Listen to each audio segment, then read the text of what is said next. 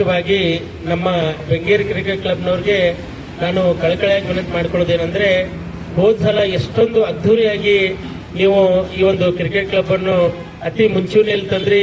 ನಮ್ಮ ಬೆಂಗೇರಿಯ ಕ್ರಿಕೆಟ್ ಕ್ಲಬ್ಬಿನ ವತಿಯಿಂದ ಹೆಸರನ್ನು ಇಡೀ ರಾಜ್ಯಾದ್ಯಂತ ತಾವು ಮಾಡಿದ್ದೀರಾ. ಅದಕ್ಕೆ ವಿಶೇಷವಾಗಿ ತಮ್ಮಲ್ಲಿ ಕೇಳ್ಕೊಳ್ಳೋದಂದ್ರೆ, ಈಗಾಗಲೇ ಸಕಲ ಸಿದ್ಧತೆಗಳನ್ನು ನಮ್ಮ ಕ್ಲಬ್ನವ್ರು ಮಾಡ್ತಾ ಇದ್ದಾರೆ. ಪ್ರತಿಯೊಬ್ಬರು, ಯಾಕಂದ್ರೆ ಇದೊಂದು ಕ್ರೀಡಾಭಿಮಾನಿಗೋಸ್ಕರ ಮಾಡ್ತಾ ಇದ್ದೇವೆ. ಪ್ರತಿಯೊಬ್ಬ ಕ್ರೀಡಾಭಿಮಾನಿಗಳು ದಯವಿಟ್ಟು ಈ ಒಂದು ಕಾರ್ಯಕ್ರಮದಲ್ಲಿ ಪಾಲ್ಗೊಳ್ಬೇಕು.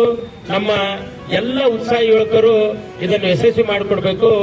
ಅವರಿವರೆನ್ನದೇ ಪ್ರತಿಯೊಬ್ಬರು ಭಾಗವಹಿಸಿ ಈ ಕ್ರಿಕೆಟ್ ಟೂರ್ನಮೆಂಟ್ ಅನ್ನು ಯಶಸ್ವಿ ಮಾಡಿಕೊಟ್ಟು ನಮ್ಮ ರಾಜ್ಯದ ಕೀರ್ತಿ ಪತಾಕೆಯನ್ನು ನಾವು ಬೆಂಗೇರಿ ಮೂಲಕ ಹೆಚ್ಚು ಮಾಡಬೇಕಂತ ಎಲ್ಲ ಕ್ರೀಡಾಪಟುಗಳಲ್ಲಿ ಮತ್ತು ಎಲ್ಲ ಕ್ಲಬ್ನ ಮೆಂಬರ್ನಲ್ಲಿ ಕಳಕಳಿ ಕೇಳ್ಕೊಂತ ಇದ್ದೇವೆ. ತುಂಬ ಹೃದಯದ ವಂದನೆಗಳು.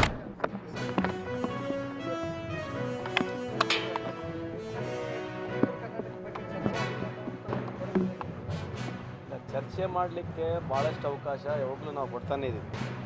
ಚರ್ಚೆ ಮಾಡ್ತಕ್ಕಂಥದ್ದಕ್ಕೆ ಅಪೋಸಿಷನವ್ರು ಕೂಡ ಸಹಕರಿಸಬೇಕು. ಅವರು ಜಾಸ್ತಿ ಇದನ್ನು ಪ್ರಿಫರೆನ್ಸ್ ತೊಗೊಂಡು ಚರ್ಚೆ ಮಾಡಬೇಕು.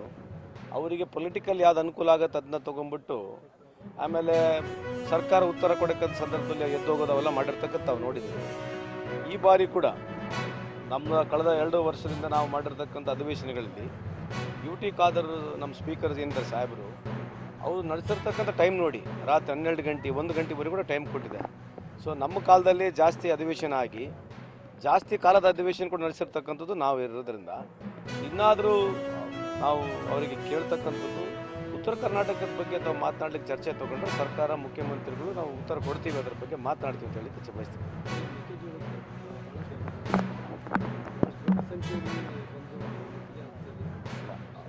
ರೈತರು ಹೋರಾಟಕ್ಕೆ ನಮ್ಮ ಸಹಕಾರ ಇದೆ, ಅದ್ರಿಗೇನು ಡೌಟೇ ಇಲ್ಲ. ಸನ್ಮಾನ್ಯ ಮುಖ್ಯಮಂತ್ರಿಗಳು ಹಲವಾರು ಸರಿ ಮೀಟಿಂಗ್ ಕೂಡ ಮಾಡಿದ್ದಾರೆ.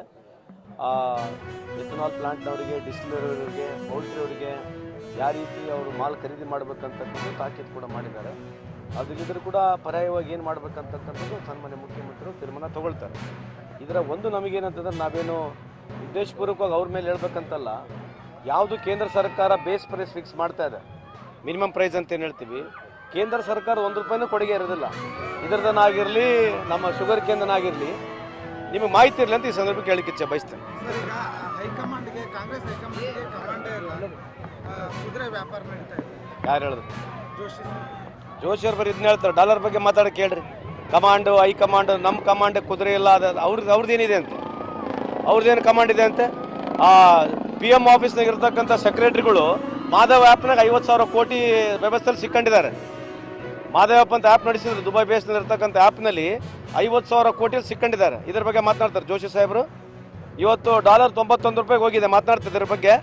1 ತೊಲೆ ಬಂಗಾರ 1,30,30,000 ಹೋಗಿದೆ, ಇದ್ರ ಬಗ್ಗೆ ಮಾತನಾಡ್ತಾರೆ. ಫಸ್ಟ್ ಇದ್ರ ಬಗ್ಗೆ ಮಾತಾಡಿ ಕೇಳಿ. ಬರೋದು ಕಾಂಗ್ರೆಸ್ ಬಗ್ಗೆ ಮಾತನಾಡಿದ್ರೆ ಎಲ್ಲಿವರೆಗೆ ಮಾತನಾಡ್ತಾರೆ ಕಾಂಗ್ರೆಸ್ ಬಗ್ಗೆ? ಅಧಿಕಾರದಲ್ಲಿ ಅವರಿದ್ದಾರೆ ತಾನೆ, ಅಧಿಕಾರದಲ್ಲಿ ಯಾರಿದ್ದಾರೆ? ಮತ್ತು ಅದ್ರ ಬಗ್ಗೆ ಮಾತನಾಡಿ ಕೇಳಿ, ಜನಕ್ಕೆ ಅನುಕೂಲ ಆಗಿದೆ, ಇದ್ರ ಬಗ್ಗೆ ಮಾತನಾಡಿ ಕೇಳಿ.